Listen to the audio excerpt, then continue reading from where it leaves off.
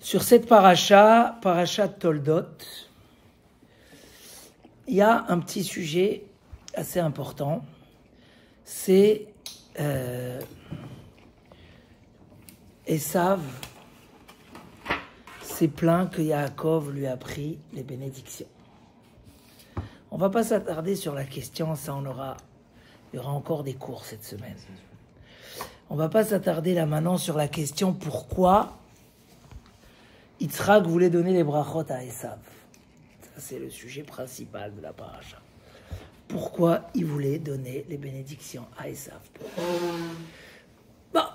Il voulait les donner. Rivka, elle est venue, elle a dit à Yaakov, tu pars, tu te déguises, tu prends les brachot. Et là, Esav, il s'est plaint. Il a dit, Yaakov m'a volé les brachot. Et le processus pour faire accepter à Esav les brachot était lent. Ça s'est validé à 100% quand Yaakov est revenu après des années. Il était 21 ans chez Lavan. Et au retour, quand il a eu la dispute avec l'ange de Esav, c'est rien que là où ils vont valider les brachot, que Esav il va dire c'est bon. Ça ne vous dérange pas si on fait juste une refoua shlema sur un enfant qui va avoir une opération demain? Alors que le shiur soit pour la refoua shlema de Ézéchiel, Ben Dvorah et Kalmen. Donc il est refoua shlema be'ezrat Hashem ou lechol cholei amo bet Israël. Donc Lavan, Esav n'était pas d'accord que Yaakov lui prenne les brachot. Mais à un moment, quand Yaakov était devant Esav, devant Yitzhak, il lui a dit qui tu es. Il lui a dit Anochi Esav bechorecha. C'est moi Esav, ton premier-né. Et tous les commentateurs, comment Yaakov il a pu mentir? Arrête, la mida de Yaakov Avinu, c'est Emet, c'est la vérité. Il ne peut pas mentir. Et déjà Rashi dit qu'il a découpé. Il a dit Anochi, c'est moi qui est là. Esav bechorecha. Esav, c'est ton premier-né. Donc, il a changé, mais il n'a pas menti.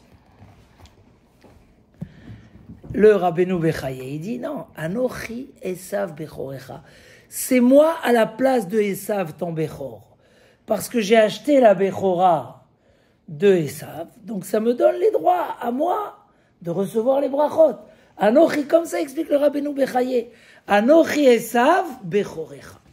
Ça veut dire que Yaakov Avinu a pris la Bechora et les brachot dépendaient aussi de ça, pas que de ça, mais ils dépendaient de ça. Et lui, il a dit, c'est moi le Bechor. Et c'est vrai que le jour du décès de Avraham Avinu, Yaakov est venu chez ses parents de la yeshiva et il a fait des lentilles rouges à la paprika rouge. Et ce jour-là, Esav, il a fait les 5 plus grands péchés au monde.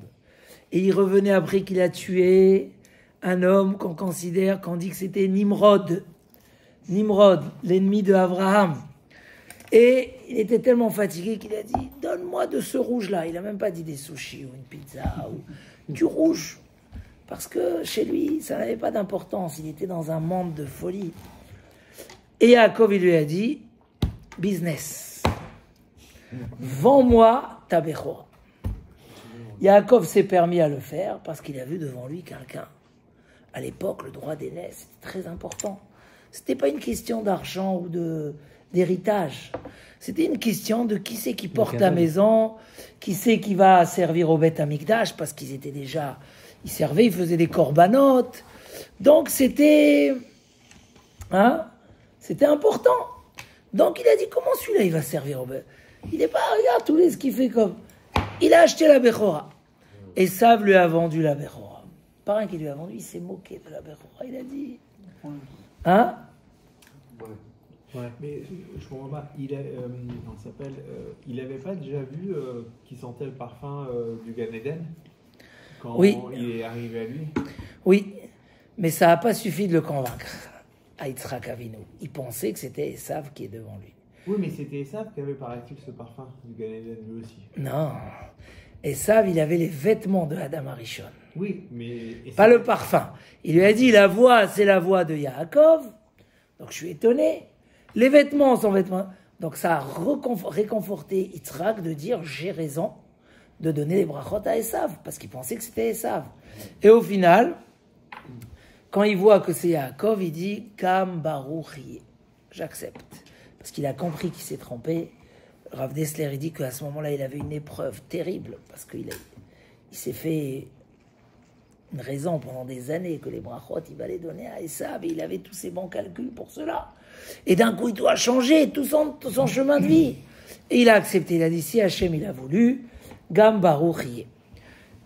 Et à ce moment-là, quand Esav arrive, et il se met à crier, Vaïtzak, Tseaka Gedola Umara. Ilan, il a crié un cri lourd et amer, un grand cri et amer. Et qu'est-ce qu'il a dit dans ce cri-là? Et Bechorati Lakar, il a pris mon droit d'aînesse. Vegam Lakar Birchati. C'est-à-dire que là, il commence à regretter du droit d'aînesse.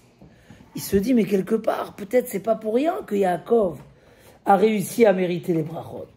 Parce que je lui ai vendu mon droit d'aînesse. Jusqu'à là, Esav, il disait, moi j'ai pas besoin, je veux pas servir au Beth Amikdash, ça m'intéresse pas. Il s'est moqué des valeurs. Et puis Tom, qu'est-ce qu'il s'aperçoit? Que quoi? Hein? Que ça lui a coûté. Donc il a dit, 2 fois Vayak Veni. Il y a même un Rashi comme ça qui dit, que Yitzhak, il lui a dit, tu lui as vendu la Bechora? Alors j'ai bien fait de lui donner à lui les brachot. C'est-à-dire que dans les plaintes et les cris de Esav, de dire, oh là là, il m'a pris la Bechora, Yitzhak, il lui a dit, mais si t'as pris la Bechora, eh ben, ça y est, c'est lui qui a le droit. Donc il y a ici quelque chose qui tourne sur le droit d'aînesse.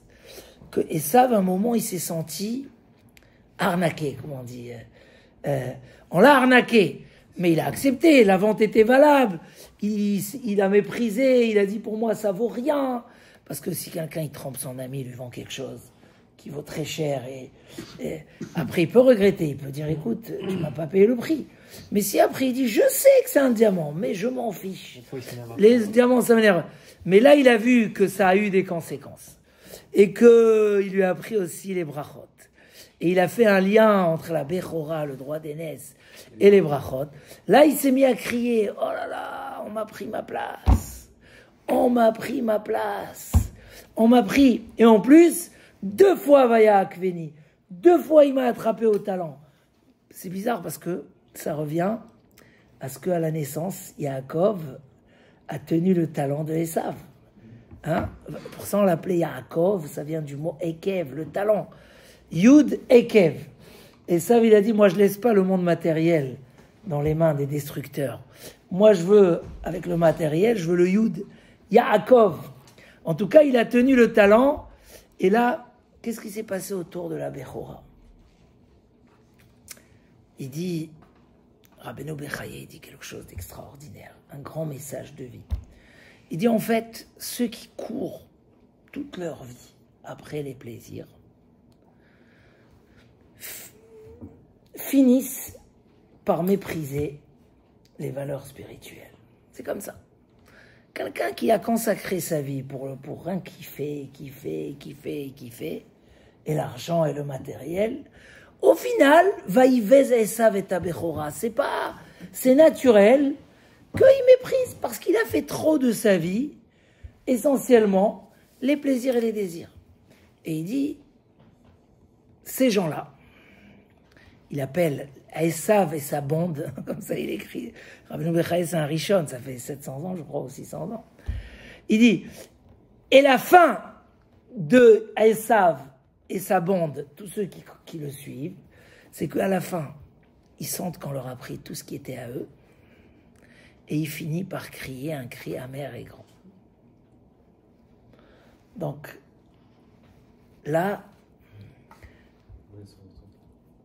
Rabbeinu Bechaye nous dévoile un grand secret, un très très grand secret. Comment regarder le monde matériel, hein? comment regarder le monde matériel?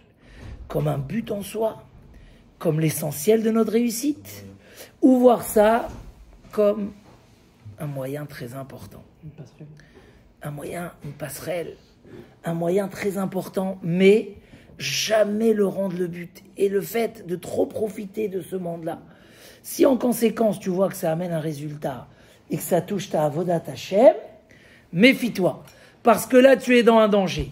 Tu finis d'abandonner la avodat Hashem. Je vais expliquer ça par une petite histoire intéressante que j'ai lue la semaine dernière, tout fraîche. Rav Yerucham, je vous parle souvent de ces paroles, Rav Yerucham de Mir, un grand mashgiach, Baal Moussar, des grandes yeshivot de l'époque avant la Shoah. Il dit qu'un jour, il a été invité dans une synagogue. Et les gens, c'était des ignorants. Ils n'étudiaient pas. Des gens simples, très très simples. Simples dans le sens négatif des choses. C'est simple, ils n'avaient pas de... Bon, et ils ont marqué dans la ville, un grand Rav arrive, Rav Yerucham. Les gens, ils pensaient que c'est un kabbaliste, qui va leur faire des brachot, des schools. Ils sont tous venus, le Beth Midrash était rempli, même sur les fenêtres, il y avait des gens. Et il a commencé à leur parler du travail sur soi. Comment il faut travailler la jalousie, la colère, et comment... Des choses un peu dures. Il dit, ils sont tous partis. Il a fini le cours avec une personne. Une personne. Et il a dit à cette personne qui est restée, il a dit, je vais te dire, je ne suis pas vexé. Il dit, mais quoi? Chez moi, à la yeshiva, quand je parle, il y a 300 élèves. Il faut voir comment, quand je leur dis des choses pareilles, ils se délectent. Ils sont là, ils sont contents, voilà, on apprend comment on va se travailler, etc. Pourquoi ici tout le monde est parti? Tu veux que je t'explique pourquoi?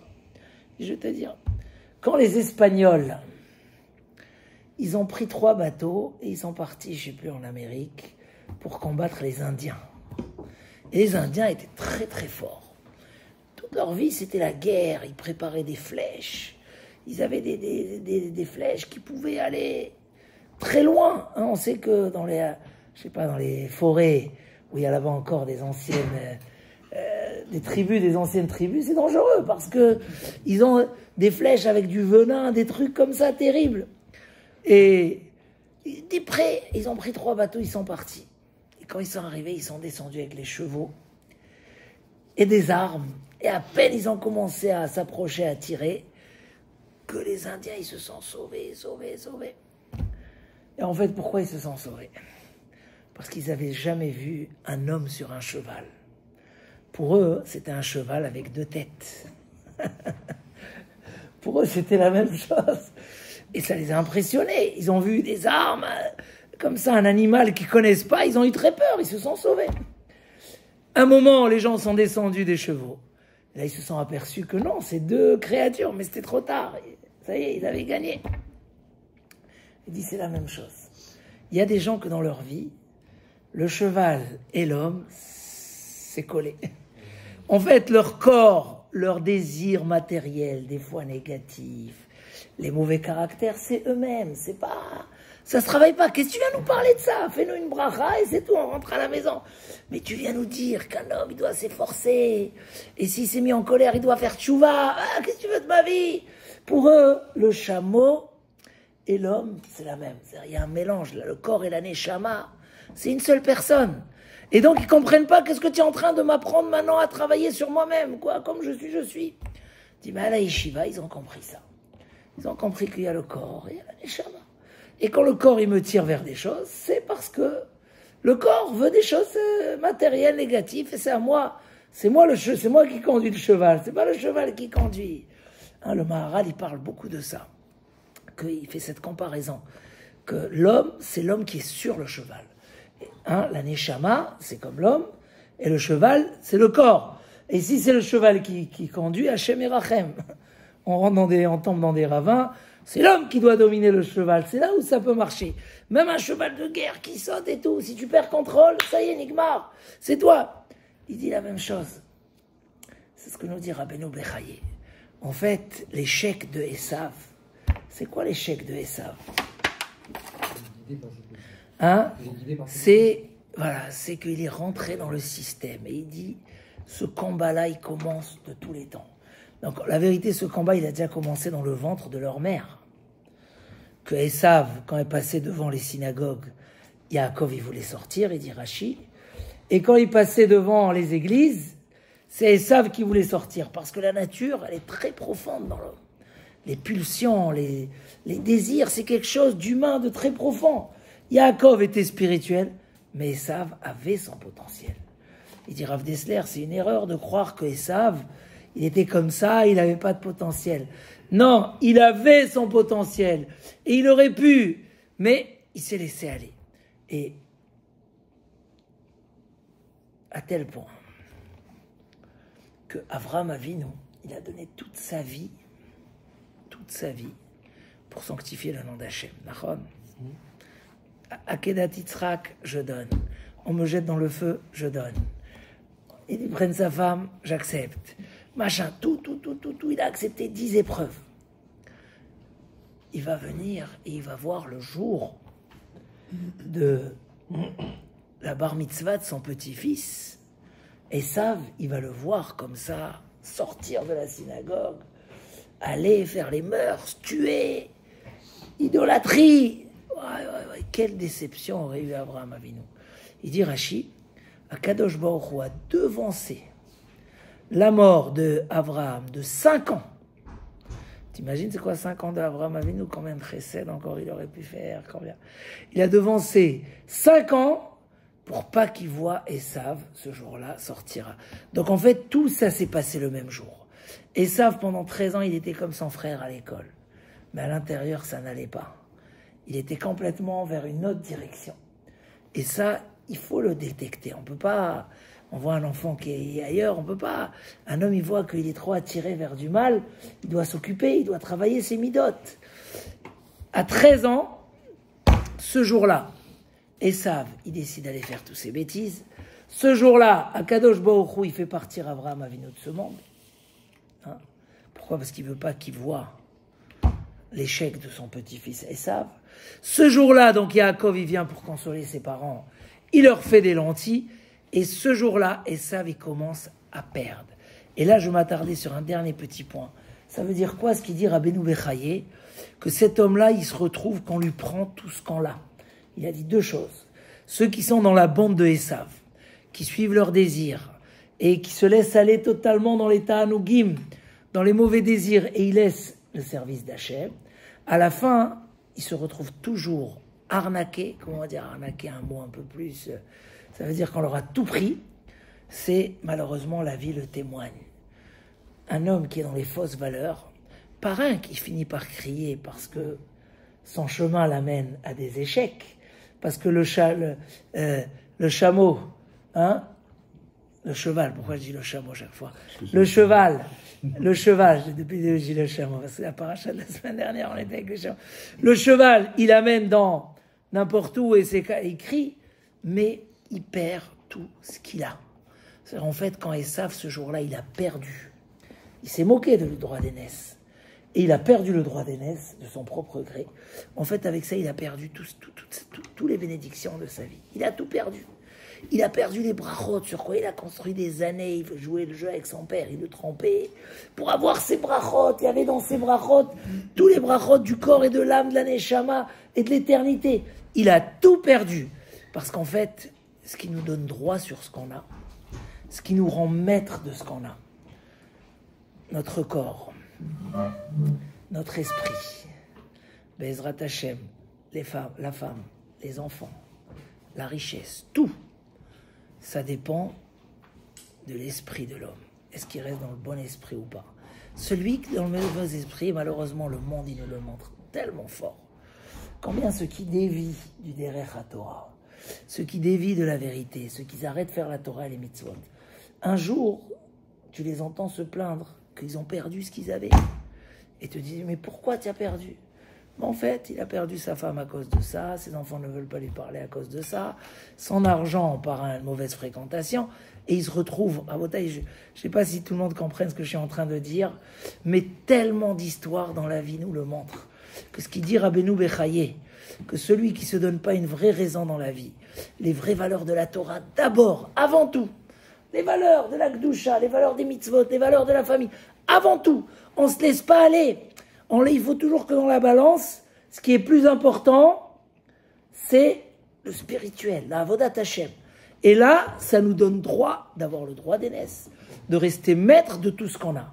Mais le jour où on arrête de donner ça, les vraies valeurs, on perd le droit et on n'est plus maître de ce qu'on a. Et en fait, plutôt que garder et gagner tout ce qu'on a, on le perd. Et ça, c'est le cri de Esav. Dans le cri de Esav, en fait, il y avait deux choses. Il dit, si j'ai perdu aujourd'hui les brachot, c'est parce que j'ai perdu la Bechora. Et si c'est pas que j'ai perdu la Bechora, en fait, Yaakov, il me l'a pris.